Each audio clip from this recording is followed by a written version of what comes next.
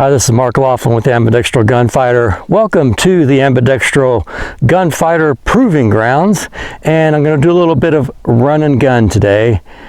Actually, by the end of this video, you'll probably say it was run and gab, or probably mostly just gab. But anyway, we start off here. I've got a high value target out there. It's a Evil Roy action target, Evil Roy steel target out at about 100 yards. And so from this position, I'm going to have to snipe the Evil Roy target while making optimal use of cover. In this case, it's going to be the optimal shooting position is going to be right-handed, and which is fortunate because yesterday during testing I was kind of having some issues left-handed. Apparently my steady hold factors aren't quite worked out yet as far as bullpup rifle left and right. But one advantage, another thing we've discovered is that this rifle is more accurate with a variety of bullet weights if the muzzle device is removed. Now I could zero with say a 55, just a 55 grain with a flash hider on there, and it's fine. It's just that if I were to switch to a 62 grain or a 75 grain, then the point of impact shifts significantly. So I am firing today, working today without a flash hider.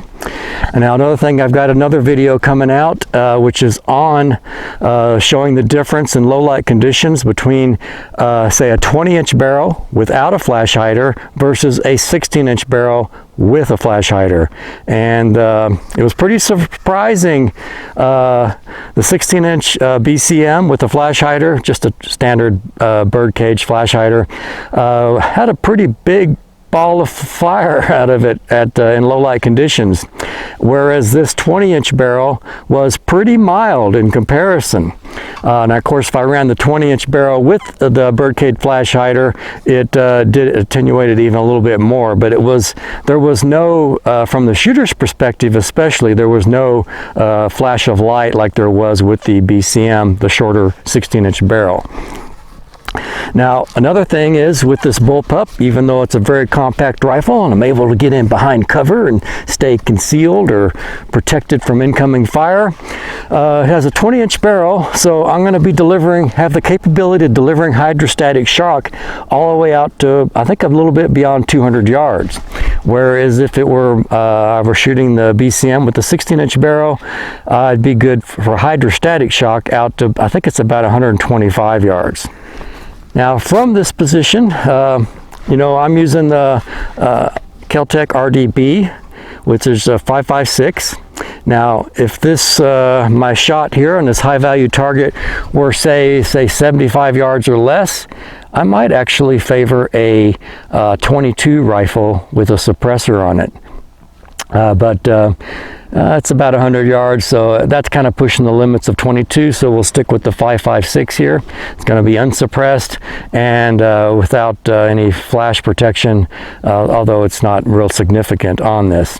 Running the Burris fast fire red dot, so I'm going to have to be real precise as I can be without magnification, but I should be able to hit that Evil Roy action target with no problems.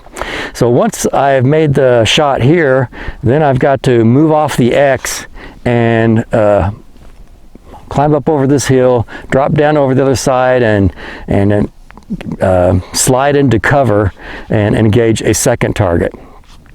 So let's get started.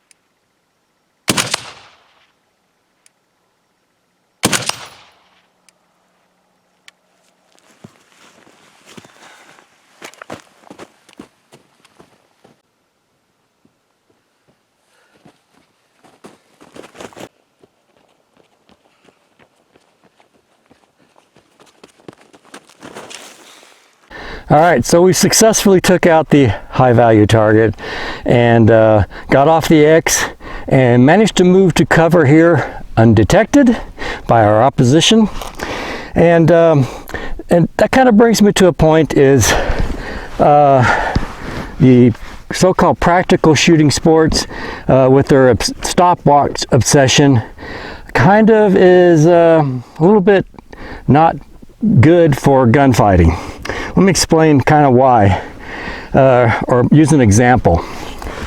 If I took two paintball teams and I trained one team to basically run from cover to cover as fast as they can and just make shots on targets as they reached each cover, and then run as fast as they can to the next cover, and then I had another team that I trained in the ambidextrous use of cover and maybe a little bit of communication and coordination, and not so much focus on just trying to make a fast time through a maze. And I guarantee you that second team is going to smoke the first team probably 90% of the time. That fake use of cover where you run up and just as fast as you can and then you're just coming out, and if you're shooting right-handed from behind cover like this, yeah, you are kind of behind the cover, but if the targets are actually shooting back, they're going to smoke you. So speed is good, but a judicious use of speed. So when I hit the high value target from over there, and then to get off the X, I ran as fast as I could to get over to here and did my little baseball slide into the cover here. And so at this point, I'm feeling like have not been detected by the opposition force out there. And so what I might be doing is sitting here, not really at this point even engaging the target or the threat. I may wait and see if I see that he's actually still maybe doing suppressing fire on my original position.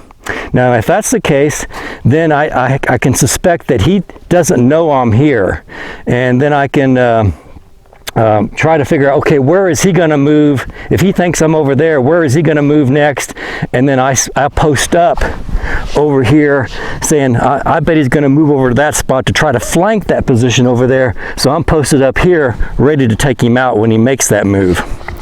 So again, not stopwatch obsessed, judicious use of speed, and then think.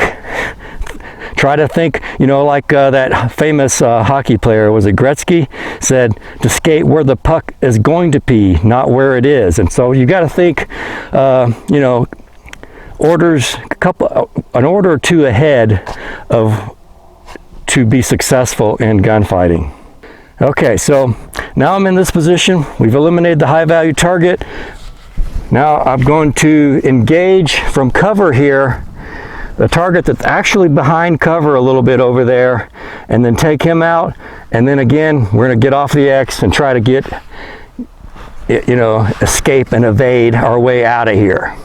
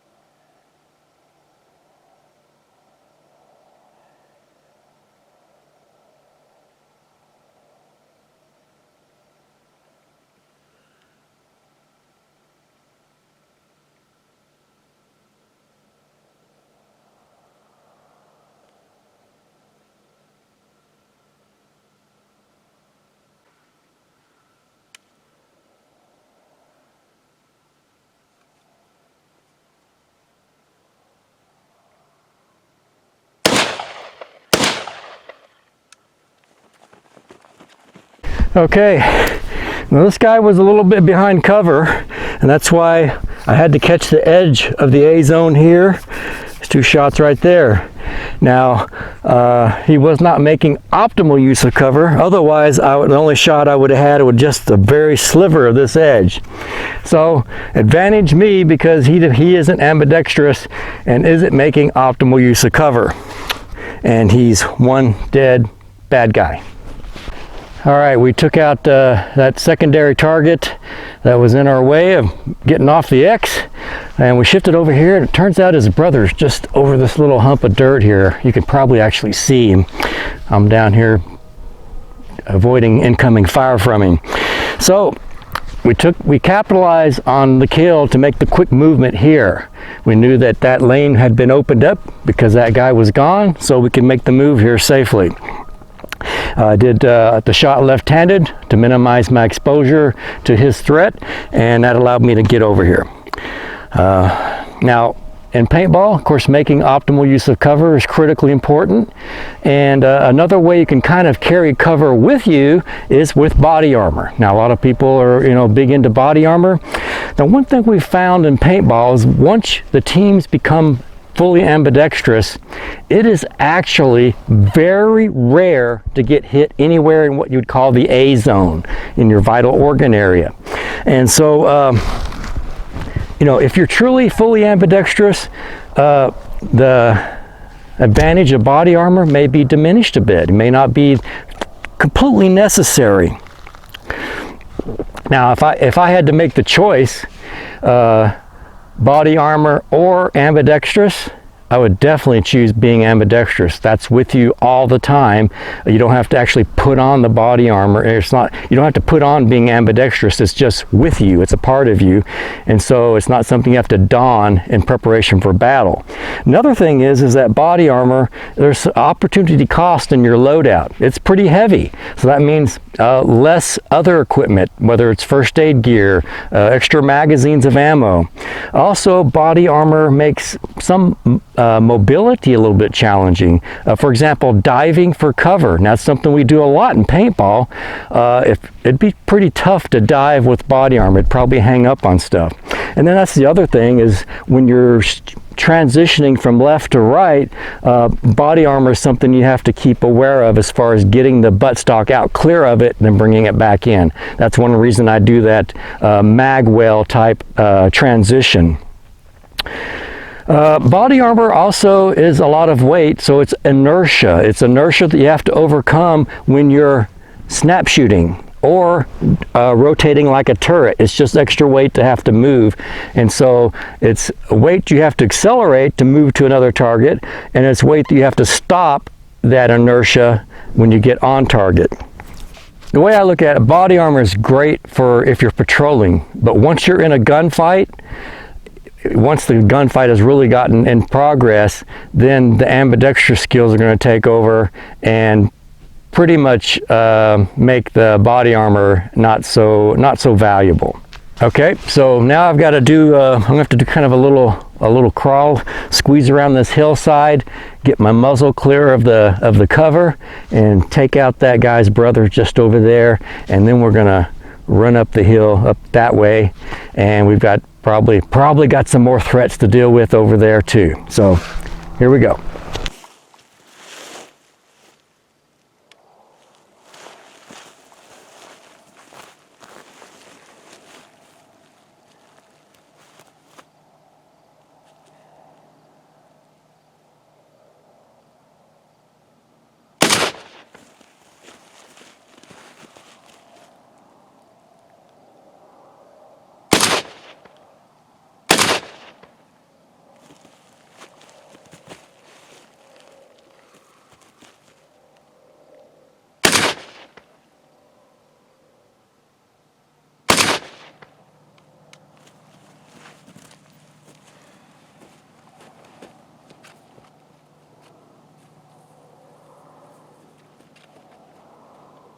All right, here's that guy's brother. It's kind of weird that he has a couple hits on him similar to his brother did. So let's ignore those. Here are the hits that I managed to get shooting prone left-handed from behind cover. pretty good group there, and was basically trying to just barely get my muzzle clear of the terrain, and so I was kind of shooting a little bit high rather than going for a center of mass hit. And actually I thought I was hitting the dirt up there a couple times. It was actually muzzle blast, and so I kept trying to shift my position up a little bit higher, exposing myself a little bit more. But see, the shot's pretty good, taking out his shoulder, and one there kind of into the jaw there. So I think this guy's finished, and so we can move safely on in our escape and evasion effort here after assassinating that HVT.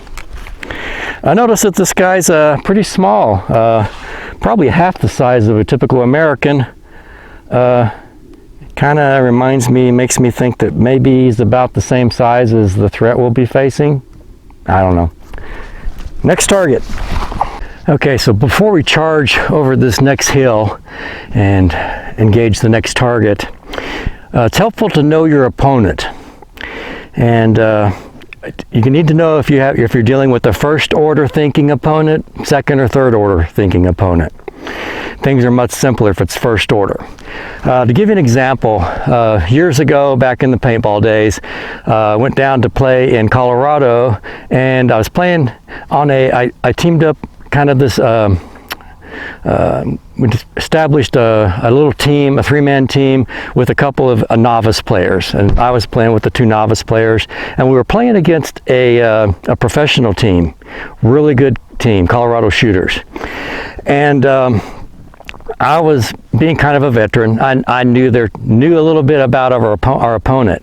Now, they did not know much about me, or did not, and assumed that with the two novice players that I was probably a novice player too, because there was a trick that they often used, and that is if they got one of their players into the snake, which is a low-lying barrier that you can gunfight from, and kind of a low crawl barrier cover. And it's also a barrier that typically transitions from, say, 40, 50 to 60 yards on the field.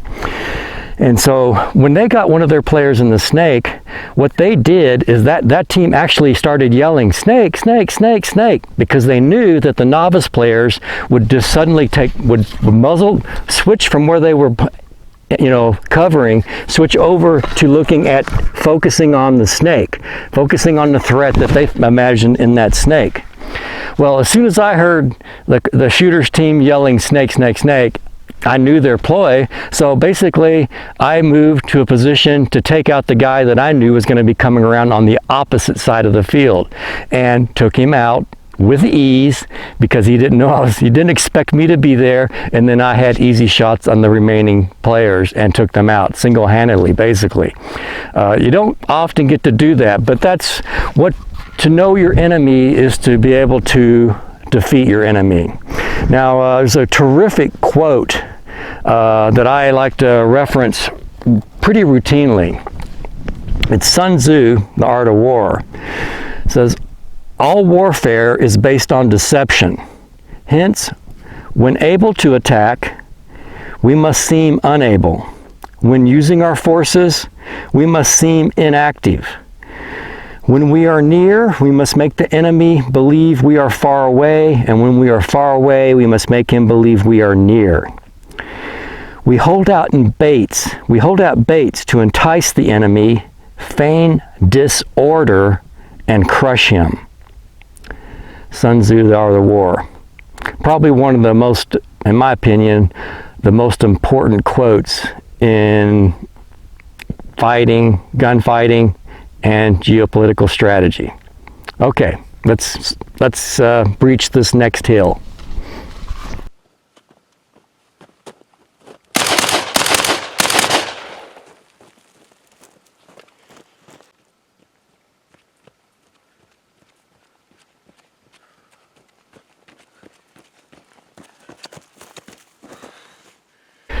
Okay, this little motherfucker took me by surprise, or at least feigned surprise. So it was just kind of a almost shoot from the hip, rapid fire thing. Got a couple hits in here. Most of them are, there's one up there, and who knows where all those other shots went. Now, which brings me to one point. It's not just hits that count. Actually, the first shots that went off, guess what? This dude's going to be diving for cover and probably not shooting back at you. So while it's better maybe to get hits, at least making shots, making noises is going to put this guy down. Now this guy looks like he's done. And here in Wyoming, we know how to get rid of bodies. So I'm going to just dig some dirt, and there we go. Covered him up in bentonite, and that dude is history. And so before we move to the next stage, let's pay our respects to this poor dude in his shallow grave. A moment of silence, please. Fuck him. Let's go. Okay. There's a sentry just over here on the side of this dirt bank, standing guard at his post. So we're going to have to either work the top sides or whatever of this bank to take him out. Now, one thing I'm worried about is if he's got another partner and they could be flanking me. And so what we think about in paintball is a T versus an I. You've got this T, which are the flanking positions. And I'm in a bad position if I'm down here at the bottom of this T and these guys are flanking out of the tips of the T. And what I want to do is turn this into an I. So basically I want to put my opponents, my two or three opponents, all in a straight line in front of me if I can. I don't want them to get the, in paintball it's called the control of the wire. Of course, in real life you don't have a boundary. There's basically no boundaries, but basically I want to turn a T into an I and take them both out. 2-on-1, 3-on-1, it's a tough fight. Not likely to win, but you got to try. Anyway, let's deal with this sentry standing at his post.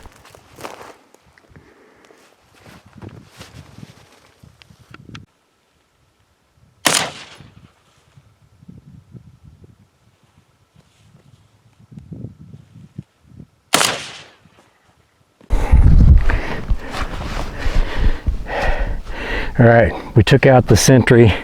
He's no longer going to be standing at his post. Get hit there, femoral artery there. He's definitely wet toast. With that one, that's probably one where I actually came across and caught a little bit of the dirt. Didn't get my muzzle quite clear of the target, but no longer standing at his post. All right, so we secured the post and we're ready to move on, advance and try to get out of here. Now, another thing to consider about your opponents is, are they right-handed limited? Are they limited to shooting only right-handed? For example, let's say that your opponent is equipped with the QBZ-95 bullpup rifle, and it is a right-handed only weapon. Now what that means is that you can, one thing, you can work as a team, you and your team, to force your opponent to shoot out the left side of cover. And that will be, from your perspective, it'll be like they're shooting out the right side. So if you force them to shoot out the left side, they're going to expose more of their upper body trying to shoot right-handed out the left side of cover. And you can get a shot in on their A zone. Now another thing that allows is if you make what's called in paintball called a bunkering move, where you basically run around what is from your perspective, the right-hand side of their cover, because they're probably looking out the other side of the cover because they're right-handed only, limited to right-handed. They're going to tend to want to shoot out the right side of cover. So your risk is maybe a little bit reduced in making that bunkering move on a target that's limited to shooting only right-handed. Basically, when doing the bunkering move and they're limited to being right-handed, you get your muzzle on their flesh before they're able to get their muzzle on your flesh. So let's try a bunkering move on one of these targets.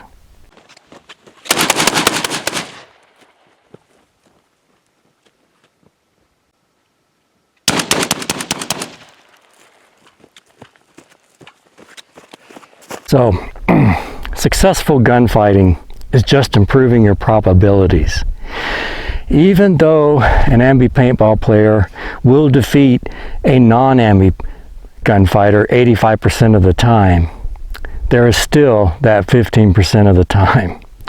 Long-term survival is improbable. In World War II, the F-6F Hellcat racked up an impressive 19 kills per every loss. In World War III, American gunfighters, probably fighting on American soil, will need to match, if not exceed, this kill ratio in order to prevail. In my opinion, this looming conflict will not be fought just by American servicemen, but by every American civilian behind every blade of grass. Until recently, I had hoped that our intelligence services were ahead of the curve.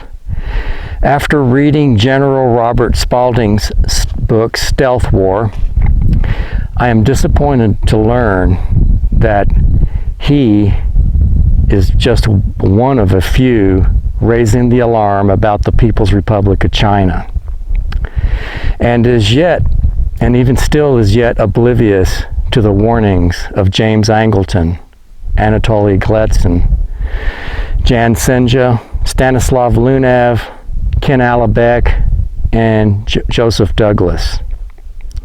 Infiltration and subversion made possible by a gullible eagerness to be fooled have made the situation nearly hopeless.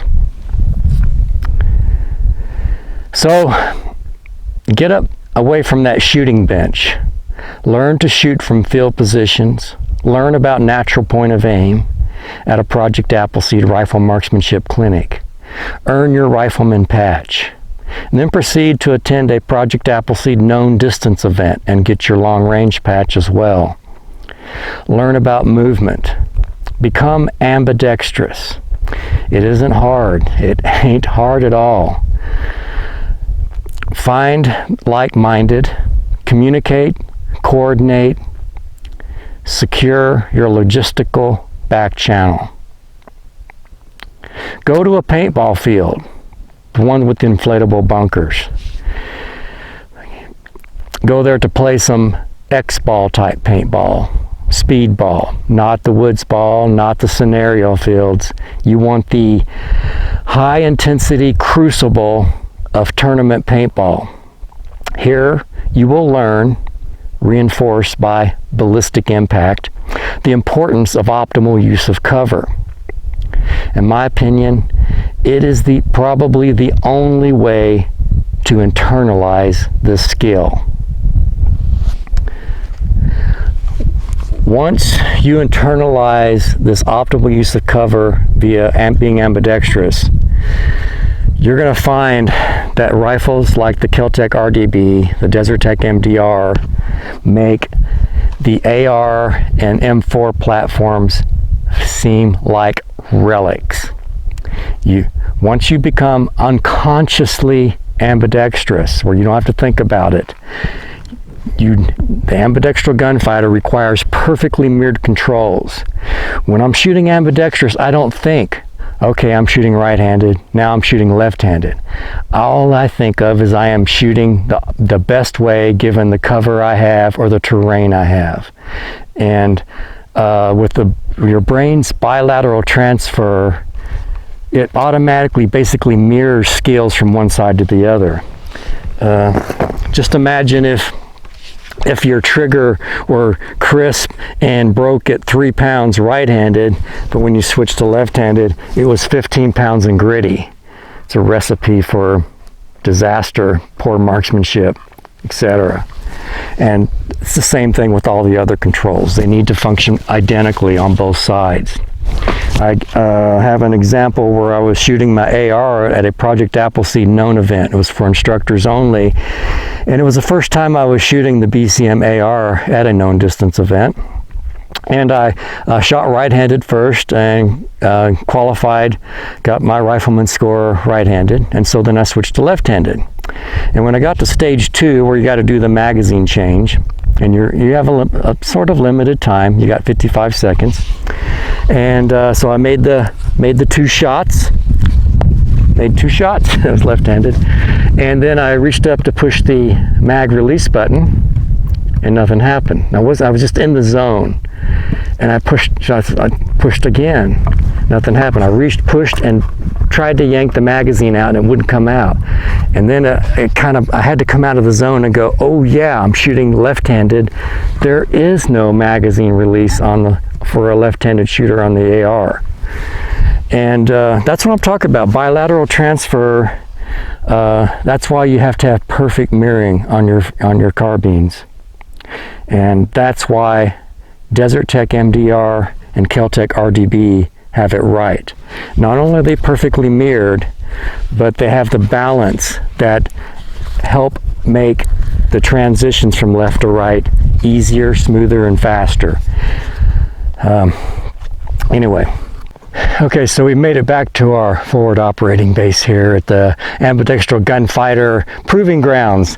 Back to where I can resupply with ammo, get a drink of water, get some shade, cool off a bit. It's getting really hot. The U.S. Army's Next Generation Squad Weapon Program, it must be ambi. It must be ambidextrous. Ideally, a bullpup with perfectly mirrored controls. It must all be paired with an ambidextral gunfighter instruction program. If you have any military contacts, please share AmbGun video channels and AmbGun.com and the free booklet, the Ambidextral Gunfighter. In my opinion, it is just the edge we need to get our fighting kill-to-loss ratio to Hellcat-like war-winning levels. It's Mark Laughlin with the Ambidextral Gunfighter. Please like, share, and subscribe. Please share.